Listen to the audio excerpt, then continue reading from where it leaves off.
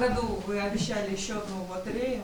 Да. Давайте подробности уже поедем. Да, в этом Когда году, получается призы? так как в прошлом году, в 2022 году, данная лотерея дала очень хорошие плоды, мы считаем, что в этом году тоже нужно ее проводить. Мы уже практически готовы ее начать.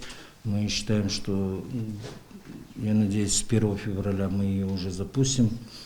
Призовой фонд мы уже обсудили с председателем Кабинета министров. Он в этом году будет существенным, да, то есть это будет идти речь как минимум о 10 автомобилей на каждый розыгрыш. То есть, так как дают хорошие плоды, За чей счет автомобили? эти автомобили в этом году уже будут закупаться государством. Хорошо.